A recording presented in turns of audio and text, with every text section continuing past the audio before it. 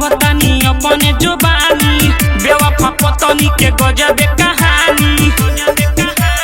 ए सुनो सुनावतानी अपने जुबानी बेवफा पतनी के गजब कहानी।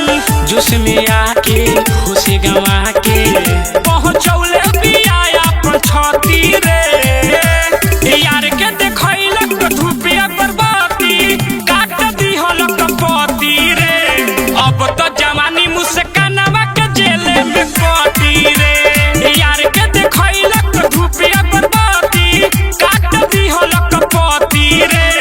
अब तो जवानी मुस्कानवा के जेले में कटी रे।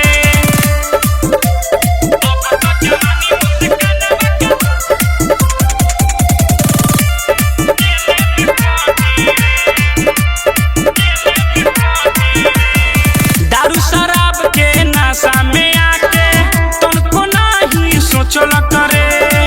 अपन जवानी के पानी छियतरी यार के मीटर से नपल करे। दारू शराब के नशा में आके तुमको नहीं सोचल करे। अपन जवानी के पानी छियतरी यार के मीटर से नपल करे। सौरभ न सोचले घटिया मौगी आ जन्मदिन पर लगा दी बत्ती रे। यार के देखैलक धूपिया बर्बादी काट दिहलक पति रे। अब तो जवानी मुस्कानवा के जेले में कटी रे। यार के देखैलक धूपिया बर्बादी काट दिहलक पति रे।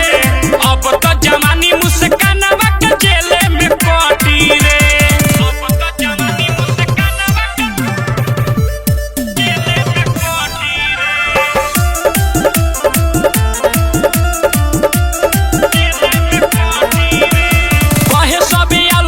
समझ न आवे काहे ऐसन कोइल करे। हीरोनियर मर्द के छोड़ के चोर चुहार बोलो भइल करे।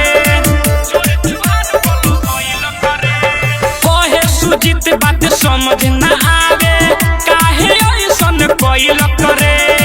हीरो लेखा मर्द के छोड़ के चोर चुहार बोलो भइल करे।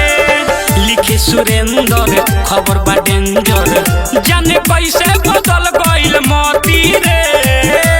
यार के देखैलक धूपिया बर्बादी काट दिहलक पति रे। अब तो जवानी मुस्कानवा के जेले में कटी रे। यार के देखैलक धूपिया बर्बादी काट दिहलक पति रे। अब तो जवानी मुस्कानवा के जेले में कटी रे। माँ जगदम्बा रिकॉर्डिंग स्टूडियो माधोपुर।